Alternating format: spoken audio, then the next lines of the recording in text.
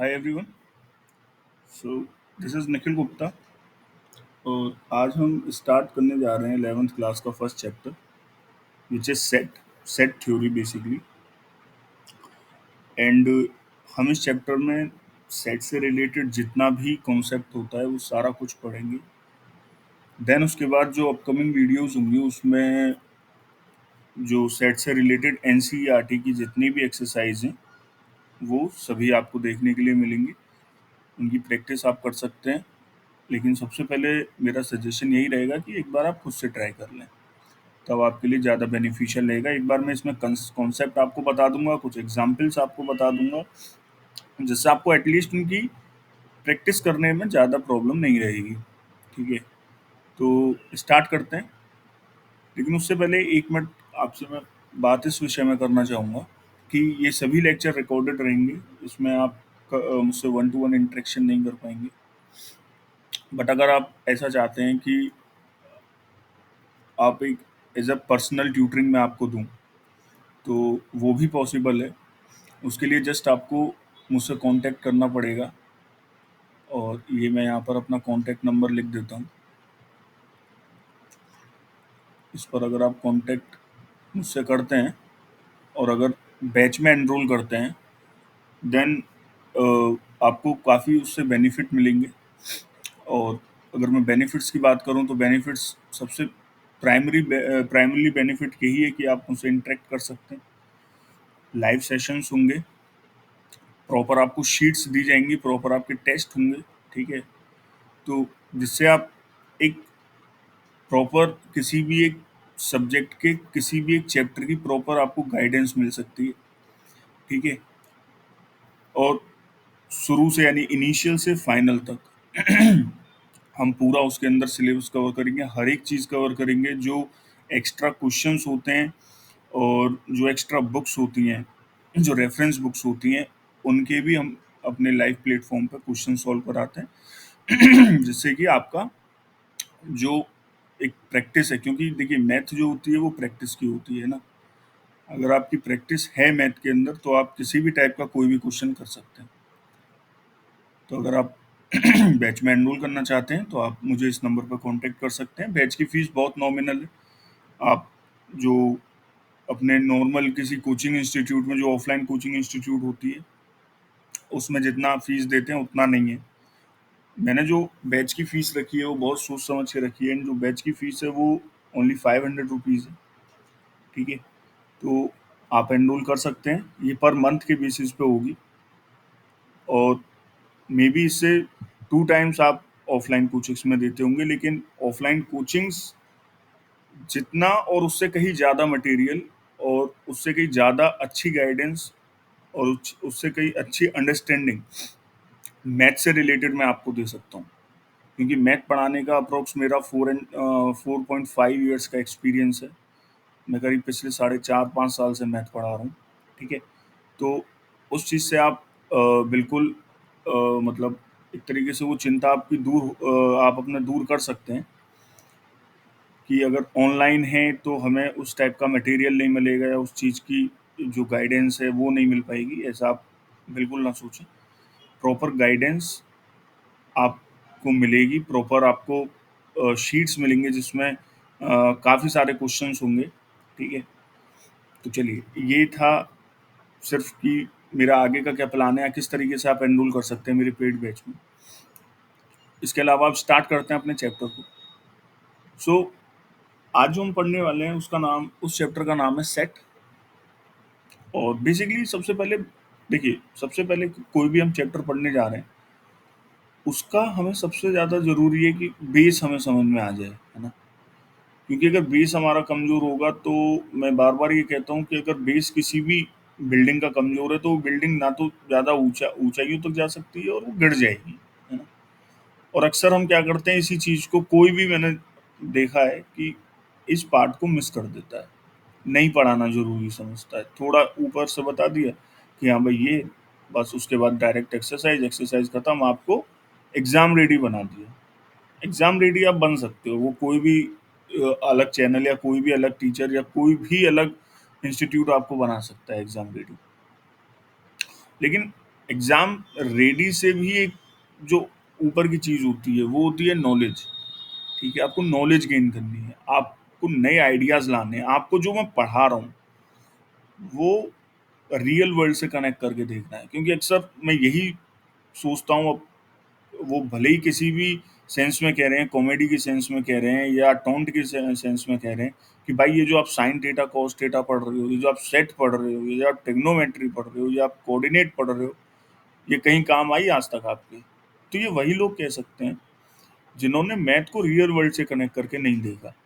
ठीक है, तो जरूरी है कि मैथ को रियल वर्ल्ड से कनेक्ट करा जाए, है ना, जिससे कि इंटरेस्ट आए। क्योंकि आज अगर मैं काफी सारे बच्चों में देखता हूँ तो वो मैथ के लिए इस तरीके का डर है जैसे किसी समय पे कोरोना के लिए था, है ना। तो मैथ कोरोना जितनी हार्ड या कोरोना जितना बुरा नहीं है, मैथ काफी एक इंटरेस्टिंग सब्जेक्ट है अगर उसे सही से पढ़ा जाए और सही से पढ़ाया जाए। ठीक है, तो चलिए स्टार्ट करते हैं। सो सेट हम पढ़ने वाले हैं कि सेट आखिरकार होता क्या है। सो बेसिकली जो सेट होता है, सेट हमारा, सेट की सबसे पहले हम डेफिनेशन देख लेते हैं। सेट क्या होता है? A set is a well defined collection of object. अब यहाँ पर बहुत ध्यान देने वाली बात है ये वाला वर्ड, वेल डिफाइंड। इसका आखिरकार मतलब क्या है? क्योंकि अगर सेट में हमने ये वेल डिफाइंड समझ लिया तो सबसे पहले तो हम ये चीज करना सीख जाएंगे कि किस कलेक्शन को हमें सेट के अंदर रखना है और किस कलेक्शन को हमें सेट के अंदर नहीं रखना है। ठीक है, सेट तो हम किसी का भी बना सकते हैं, है ना, लेकिन हर कलेक्शन तो हम किसी का भी बना सकते हैं ना, लेकिन हर किसी को हम सेट नहीं कह सकते। बराबर है। देखिए, मैं ये कहता हूँ, एक एग्जाम्पल के साथ बात करते हैं। मैं ये कहता हूँ कि भाई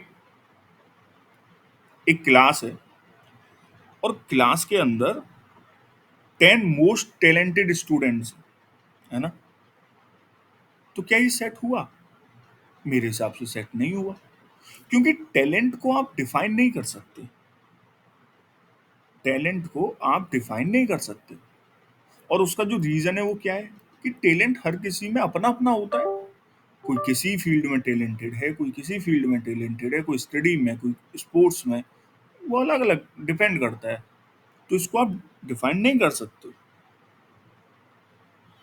ठीक है, तो इसलिए कोई भी ऐसी प्रॉपर्टी जो किसी भी कलेक्शन को सही तरीके से डिफाइन नहीं कर पा रही है ना, तो हम उसको सेट में नहीं रखेंगे। लेकिन अब अगर मैं आपसे कहूं कि आप मुझे ये बताइए कि वो सभी इवन इंटीजर्स, इवन आपको पता होगा, तो इवन इंटीजर का जो कलेक्शन है, क्या वो सेट है? बिल्कुल सेट है। देखिए, even integer 0, 2, 4, 6, 8 and so on. अगर हम इधर से बात करें तो -2, -4। सो this is my even integers. अब ये वेल डिफाइन कैसे हुआ? देखिए, यहाँ पर कंफ्यूज हो सकते हो आप, लेकिन कंफ्यूज होना नहीं है, क्योंकि बहुत ही लेमन लैंग्वेज में मैं बता रहा हूँ। अब इसको मैं वेल डिफाइन क्यों कहूंगा भाई? ये वेल डिफाइन कैसे हो गए? क्योंकि अगर मैं इनमें से कोई भी एक एलिमेंट उठाता हूं, तो इनमें से एक एलिमेंट यदि मैं उठाता हूं तो वो किसी ना किसी एक प्रॉपर्टी से, सभी जो ये पूरा कलेक्शन बना हुआ है, इसके अंदर जितने भी एलिमेंट हैं, जितने भी मेंबर हैं, वो सभी आपस में किसी ना किसी एक कॉमन प्रॉपर्टी से जुड़े हुए हैं। ठीक है, सभी किसी ना किसी एक कॉमन प्रॉपर्टी से जुड़े हुए हैं। अब मान के चलिए इसमें से मैंने दो डिजिट ली, 4 और 8। अभी इसे मैं डिजिट ही कहूंगा। क्या लगता है आपको, ये किसी एक कॉमन प्रॉपर्टी से जुड़े हुए हैं 4 और 8? हाँ, बिल्कुल जुड़े हुए हैं। अगर अभी आपको इसे नहीं कहना है, ओके, तो इसमें मैंने शुरू में इवन इंटीजर कह दिया था, लेकिन इसमें आप देखिए, ये 4 और ये 8 जुड़े हुए हैं किसी एक प्रॉपर्टी से। खुद सोचिए आप, ऑब्वियसली जुड़े हुए हैं। 4 भी मेरा इवन है, 8 भी मेरा इवन है। क्लियर है? लेकिन अभी आप कहेंगे सर जरूरी थोड़ी है कि ये सिर्फ इवन इंटीजर ही है। हाँ बिल्कुल, लेकिन किसी एक कोई एक कॉमन प्रॉपर्टी, कोई एटलीस्ट एक कॉमन प्रॉपर्टी तो इनमें शो कर रही है ना। मत कहिए आप इवन, आप ऐसा भी कह सकते हैं कि सर ये दोनों इंटीजर भी हैं, बिल्कुल इंटीजर है। आप ये भी कह सकते हैं कि सर ये दोनों होल नंबर भी हैं, बिल्कुल होल नंबर है। आप ये भी कह सकते हैं कि सर ये तो दोनों नेचुरल नंबर भी हैं, बेशक बेशक ये नेचुरल नंबर भी है। तो कहने का मतलब क्या है कि जो आप कलेक्शन बना रहे हैं ऑब्जेक्ट्स का, उन सभी जो मेंबर हैं उस कलेक्शन के या जो एलिमेंट हैं उस कलेक्शन के, वो सभी किसी ना किसी एक प्रॉपर्टी, एक कॉमन प्रॉपर्टी से सभी आपस में जुड़े होने चाहिए। Am I clear? So this is called set. तो सेट में जो सबसे इंपॉर्टेंट मैं मानता हूं कि कीवर्ड है उसकी डेफिनेशन में, वो है वेल डिफाइंड। अगर कोई हम वेल डिफाइंड ही नहीं रखेंगे तो हम उसका एक पैटर्न ही नहीं समझ पाएंगे। भाई अगर मैं आपसे ये कह दूं, अगर मैं आपसे ये कह दूं कि देखिए, अगर मैं आपसे ये कह देता हूँ कि मैं एक सेट बनाता हूँ, सेट कैसा बनाऊंगा कि मान लीजिए डॉग, है ना, और मान लीजिए कि मून, ठीक है, और मान लीजिए कि क्या कह सकते हैं, मान लीजिए गर्ल, ठीक है, और क्या कह सकते हैं, मान लीजिए कार। अब आप मुझे एक बात बताइए, क्या मैं इसे सेट कह सकता हूँ? और कुछ भी लिख सकते हैं, और मैं लिख देता हूँ मान लो क्रिकेट, ठीक है, और भी कुछ आपके जो दिमाग में आ रहा है आप लिख सकते हैं। क्या मैं इसे सेट कह सकता हूँ? थोड़ा सोचिएगा, उसके बाद आंसर करिएगा। ये सेट है। देखिए दिमाग में काफ़ी सारे जब हम स्टडी करते हैं तो दिमाग में ये चीज़ कॉमन है कि काफ़ी सारे डाउट्स आते हैं, तो उससे ओवरकम करिएगा, उन पे ज़्यादा ध्यान मत दीजिएगा। बस जितना अभी तक स्टडी करा है हमने उसके आधार पर, उसके बेस पे बताइए क्या ये सेट है, क्या लग रहा है ये सेट है? सेट नहीं है। क्यों? सेट इसलिए नहीं है क्योंकि इसके सभी एलिमेंटों में मुझे कोई एक कॉमन प्रॉपर्टी नहीं दिख पा रही है कि जिससे मैं इन सभी को एक वर्ड में रिलेट कर सकूं।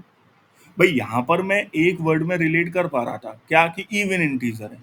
अब अगर कोई सुनेगा इवन इंटीजर, मान लीजिए आपने किसी सामने वाले से कहा कि भाई इवन इंटीजर का सेट है, तो वो तुरंत आपको बता देगा अच्छा इवन इंटीजर का सेट है तो इसका मतलब उसके अंदर सभी एलिमेंट इवन इंटीजर होंगे, यानी कि उसके अंदर 0 होगा, उसके अंदर 2 होगा, उसके अंदर 4 होगा, उसके अंदर 6 होगा, उसके अंदर -2 होगा, उसके अंदर -4 होगा, सभी इवन इंटीजर है। लेकिन यहाँ पर आप क्या ऐसा कह सकते हैं किसी से कि भाई ये जो सेट है वो एक स्पोर्ट का सेट है? लेकिन नहीं, गर्ल तो स्पोर्ट नहीं है, मून तो स्पोर्ट नहीं है, डॉग भी स्पोर्ट नहीं है। एम आई क्लियर मैं क्या कहना चाह रहा हूँ सेट के विषय में? तो एक्चुअली में ये सेट है, ठीक है। तो सेट क्या होता है, अगर मैं एक बार आपको दोबारा बता दूं, सेट क्या होता है? सेट इज अ कलेक्शन, और set is a well defined collection of object. अगर कोई भी कलेक्शन आपका वेल डिफाइंड है, डिफाइंड का मतलब क्या होता है? परिभाषित करना। अगर मैं किसी भी एक सेट को परिभाषित कर सकता हूँ तो वो मेरा सेट है। आप किसी भी सूरत में इसको परिभाषित या इसको डिफाइन नहीं कर सकते हो। आप मुझे बता दीजिए कि सामने वाले को क्या कह के बोलेंगे कि जिससे वो एक लाइन में या एक डेफिनेशन में ये समझ जाए कि उसके अंदर ये एलिमेंट आ रहे होंगे। नहीं बता सकते हो आप। क्लियर? लेकिन हाँ, इसको आप बता सकते हो। भाई आपको सीधा इतना बोलना है कि इवन इंटीजर है, सामने वाला समझ जाएगा अगर उसे इंटीजर और इवन पता है तो क्या होते हैं। तो ये एक्चुअली में सेट है। तो सेट पढ़ते हुए एक जो मेन कीवर्ड है वो आपको याद रखना है, वो कीवर्ड है वेल डिफाइंड। ये नहीं भूलना है। भले ही आपके पेपर के पर्सपेक्टिव से, मार्क्स के पर्सपेक्टिव से नहीं है, मैं समझता हूँ, लेकिन ये आपका जो मेन पर्सपेक्टिव है, जो मेन सेट का आपके दिमाग में एक पर्सपेक्टिव बनाएगा, एक थ्योरी क्रिएट करेगा सेट से रिलेटेड आपके माइंड में, वो उसके लिए बहुत ज़्यादा ज़रूरी था कि मैं आपको कम से कम 5 से 10 मिनट इसका बेस बताऊं। आगे चलते हैं। अब आते हैं रिप्रेजेंटेशन पे। देखिए हम किसी भी चीज को पढ़ रहे हैं तो उसको रिप्रेजेंट करने का भी तो तरीका होगा। ऐसा थोड़ी है कुछ भी कैसे भी लिख दें।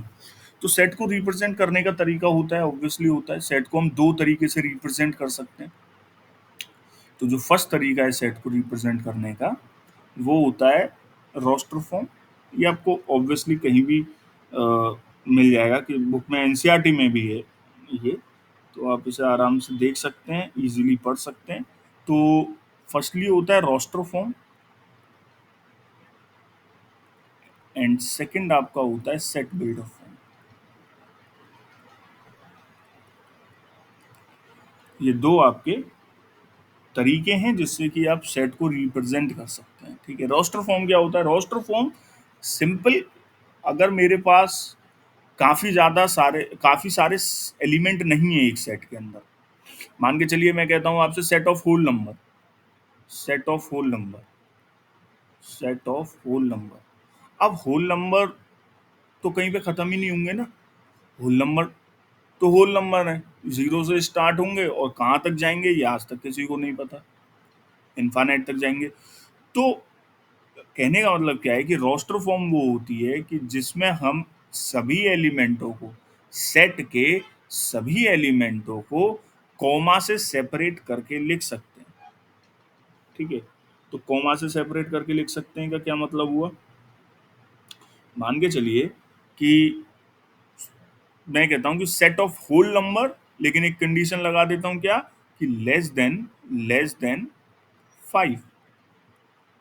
तो जीरो आएगा, कॉमा 1 आएगा, कॉमा 2 आएगा, कॉमा 3 आएगा, कॉमा 4 आएगा। That's called roster form. I hope am I clear?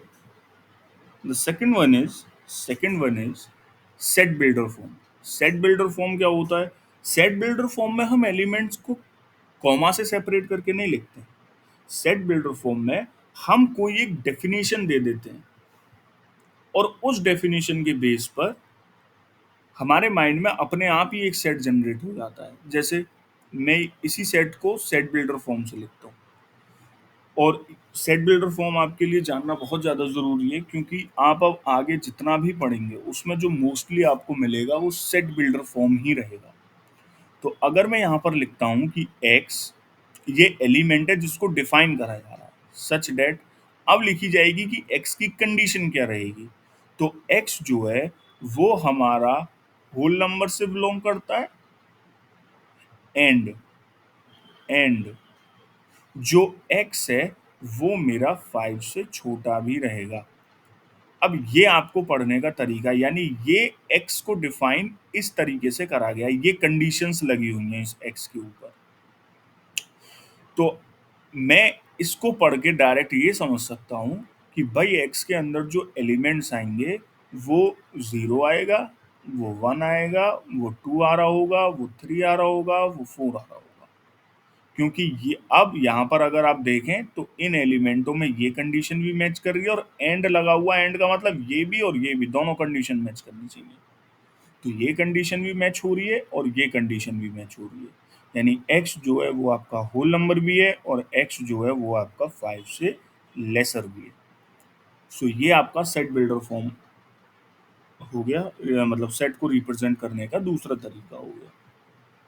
अगर मैं इसके एक दो एग्जांपल और दूं जिससे कि आपको क्लैरिफिकेशन और ज़्यादा आ जाए, तो एक एग्जांपल और लेते हैं।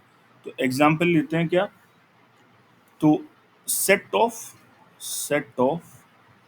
all natural number all natural number which is divided which divide which divide 42। ठीक है, तो मुझे सेट बनाना है उन सभी नेचुरल नंबर्स का जो कि 42 को डिवाइड करते हैं। क्लियर? अब इसमें हम काफ़ी चीज़ें अपनी अंडरस्टैंड करेंगे। अभी आपको मैं नहीं मानता हूँ कि 100% सेट समझ में आ गया, 50% भी समझ में आ गया, नहीं मानता हूँ मैं। तो इसलिए फिर से हम अब इस एग्जाम्पल के थ्रू फिर से एक बार सेट को और अच्छे से क्लियर करेंगे। देखिए, आप कहेंगे कि सर लिखते हैं 42, यानी ऑल नेचुरल नंबर लिखते हैं जो कि 42 को डिवाइड करेंगे। मैं कहता हूँ ठीक है, 1 हो जाएगा, बिल्कुल हो जाएगा। 2 हो जाएगा, बिल्कुल हो जाएगा। 3 हो जाएगा, बिल्कुल हो जाएगा। अच्छा, 3 तो हो जाएगा, मैं कह रहा हूँ 4.2 भी तो हो जाएगा। क्यों? क्योंकि अगर मैं देखूं तो 42 को यदि 4.2 से करता हूं तो ये भी तो इसको डिवाइड कर ही देगा, है ना? नहीं करेगा, क्योंकि अगर आप इसमें बहुत ध्यान से पढ़ेंगे, देखिए मैं मानता हूं कि आपको पता चल गया होगा या काफी बंदों को पता चल गया होगा, बाकियों को नहीं पता चला होगा, लेकिन मेरा काम है कि सबको एक साथ लेके चलना है। देखिए 4.2 नहीं आएगा, 4.2 बेशक इसको डिवाइड कर रहा है, लेकिन हमें सेट को एक बार दोबारा पढ़ना है।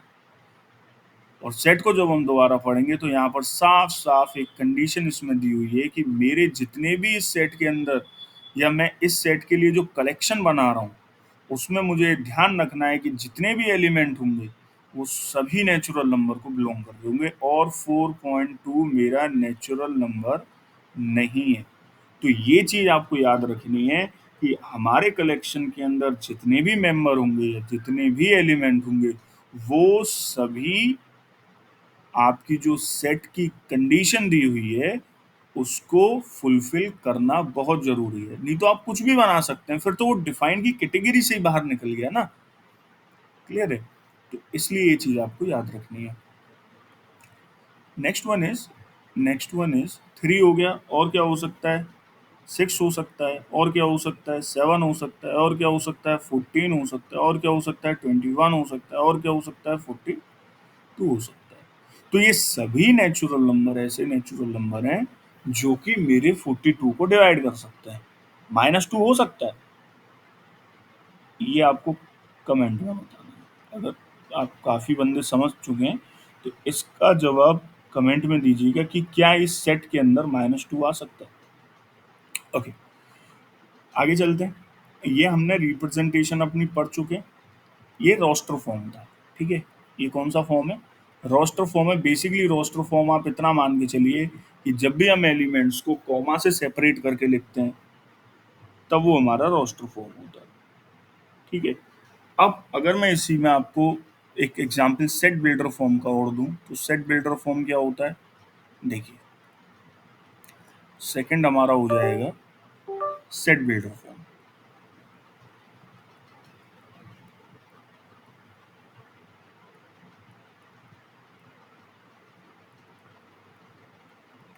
सेट बिल्डर फॉर्म क्या है? देखिए, सेट बिल्डर फॉर्म में जैसे कि आपको पहले भी बता चुका हूँ, हम किसी एक प्रॉपर्टी से या किसी एक मतलब कुछ कंडीशनों से हम अपने एक्स को डिफाइन करते हैं, ठीक है। और जितने भी जो एलिमेंट है वो उस कंडीशन को मैच कर रहे होते हैं तो वो हमारे सेट का बेसिकली पार्ट होता है ना। ठीक है, तो मैं एक एग्जांपल लिखता हूँ। मान के चलिए मान के चलिए कि मेरा एक मैं कुछ इस तरीके से एक सेट लिखता हूँ कि ए मेरा एक सेट है और उसको किस तरीके से डिफाइन करा गया है? X such that x is a natural number. X is a natural number,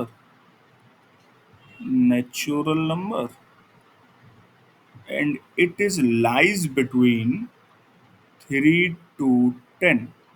अब यहाँ पर आप कह सकते हैं कि सर नेचुरल नंबर की कंडीशन एक इसमें लगी हुई है और दूसरी कंडीशन ये लगी हुई है। क्लियर है? बीच में एंड लग रहा है। तो ऐसे एलिमेंट जो इस वाली प्रॉपर्टी और इस वाली प्रॉपर्टी दोनों को सेटिस्फाई करते हैं वो हमारे इस सेट का पार्ट होंगे। तो क्या 3 कर रहा है? अच्छा, मुझे बता दीजिएगा कि मैं सही कर रहा हूँ या गलत कर रहा हूँ।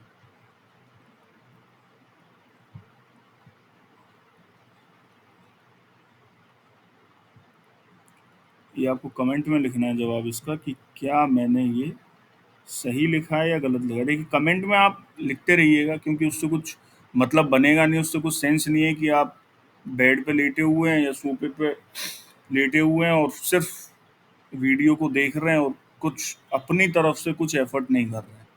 तो उससे कुछ मतलब बनेगा नहीं और फिर ये वीडियो आपके लिए है भी नहीं, है ना। तो प्रॉपर कमेंट में लिखते भी जाइएगा कि जहाँ जहाँ मैं जो जो पूछ रहा हूँ, जैसे मैं आपको इसकी नंबरिंग भी बता देता हूँ। ये फर्स्ट है और ये सेकंड है, तो आपके लिए आसान रहेगा कि फर्स्ट का आंसर ये था और सेकंड का आंसर ये था, तो आपको ये बताना है। खैर, क्योंकि अभी आपको बताना है तो मुझे सेट बिल्डर फॉर्म का एक दूसरा एग्जाम्पल लेना पड़ेगा, तो दूसरा एग्जाम्पल ले लेते हैं, कोई प्रॉब्लम नहीं है। तो हमें एक सेट लिखना है, या हमारे पास एक सेट कुछ इस तरीके से डिफाइन करा गया है कि x such that x is a positive integer integer and x square is less than 40। अब आप मुझे एक बात बताइएगा, देखिए मैंने ये सेट लिख दिया है अपना, है ना। अब इस सेट पे थोड़ी सी बात करते हैं, इस सेट के अंदर कौन से एलिमेंट आ सकते हैं। ये मुझसे कह रहा है कि x कुछ इस तरीके से डिफाइन करा गया है कि सबसे पहले तो x एक पॉजिटिव इंटीजर होना चाहिए, सबसे पहला x एक पॉजिटिव इंटीजर होना चाहिए, और दूसरा एक्स स्क्वायर जो है वो 40 से छोटा होना चाहिए। Am I clear? अब देखिएगा इसके अंदर कौन कौन से एलिमेंट आ सकते हैं। मैं नहीं समझता कि आप इसे डायरेक्ट बता सकते हैं, मैं तो कह रहा हूं आप एरर एंड ट्रायल वाले मेथड पे जाएं और अपने दिमाग में नंबर्स लें। कम से कम आप पॉजिटिव इंटीजर तो ले ही सकते हैं ना अपने दिमाग में। पॉजिटिव इंटीजर का क्या मतलब होता है? पॉजिटिव इंटीजर का क्या मतलब होता है? 1 होता है ना, 2 होता है ना, 3 होता है, 4 होता है, 5 होता है, ये सभी हमारे पॉजिटिव इंटीजर तो हैं। तो शुरू करते हैं। मान के चलिए मैंने 1 ले लिया, और अब ये वाली प्रॉपर्टी तो सेटिस्फाई हो गई कि 1 मेरा पॉजिटिव इंटीजर है, इसको सेटिस्फाई कराना है। तो इसको सेटिस्फाई कराने के लिए क्या करेंगे, x की जगह 1 रख दीजिए। तो कंडीशन क्या है कि 1 का स्क्वायर इज लेस देन 40। क्या ये सही बात है? भाई 1 का स्क्वायर 1 होता है, और 1 मेरा 40 से छोटा है, ऑब्वियसली छोटा है। तो 1 क्या मेरे इस सेट का एलिमेंट होगा? बिल्कुल होगा। क्यों? क्योंकि 1 ने इस कंडीशन को भी सेटिस्फाई करा और इस कंडीशन को भी सेटिस्फाई करा। तो यहाँ लिखते जाते हैं 1 मेरा इस सेट का एलिमेंट है। नेक्स्ट 2 देखते हैं। 2 मेरा पॉजिटिव इंटीजर है, बिल्कुल है। और 2 का स्क्वायर यानी 4 मेरा 40 से छोटा है, बिल्कुल छोटा है। तो 2 भी लिख देंगे। 3 लिखेंगे, 9 40 से छोटा होता है, बिल्कुल होता है, तो 3 भी हो जाएगा, 4 भी हो जाएगा, 5 भी हो जाएगा, 6 भी हो जाएगा। कमेंट में बताइए क्या 7 होगा या नहीं होगा, इस पर आपकी कमेंट चाहिए।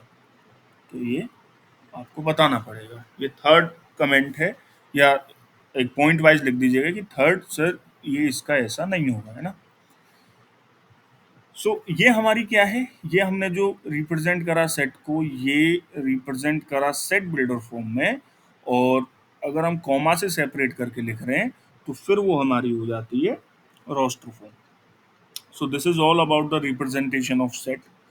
किस तरीके से हम सेट में सेट को रिप्रेजेंट करते हैं, तो ये दो ही तरीके होते हैं जिससे कि आप सेट को रिप्रेजेंट कर सकते हैं। सो इस एक्सरसाइज के लिए जो एग्जाम्पल मैंने बताए वो सिर्फ यही है। बाकी नेक्स्ट एक्सरसाइज नेक्स्ट वीडियो में स्टार्ट करेंगे इसकी 1.1 एक्सरसाइज, जिसमें हम इसके ऑलमोस्ट सभी क्वेश्चन को कवर करने का ट्राई करेंगे, कोशिश करेंगे। ठीक है, होपफुली आपको ये वीडियो अच्छा लगा हो। अगर आप एनरोल करना चाहते हैं मेरे पेड बैच में, वो भी आप कर सकते हैं। कॉन्टैक्ट मैं आपको दे चुका हूँ, एक बार और लिख देता हूँ। तो अगर आप करते हैं तो उसमें लाइव आप इंटरेक्ट कर सकते हैं मुझसे, जिसमें हम काफ़ी सारे क्वेश्चंस डेली बेसिस पे करेंगे। एंड आपको डेली बेसिस पे सीट मिलती हैं इसमें, जिसमें कि काफ़ी सारे क्वेश्चंस होते हैं, स्टैंडर्ड क्वेश्चन होते हैं, जो आपके जो मैथ का जो लेवल है उसको एक मतलब लेवल अप करते हैं। ठीक है, और बाकी जितने आपके एग्ज़ाम्स होते हैं जिनके लिए आप तैयारी करते हैं बड़े कॉलेजेस में जाने के लिए, वो क्वेश्चन कहीं ना कहीं उन क्वेश्चनों को भी मैच करेंगे। तो if you want to enroll in my paid course, then you can contact me on this number। ठीक है, तब तक के लिए thank you and have a nice day.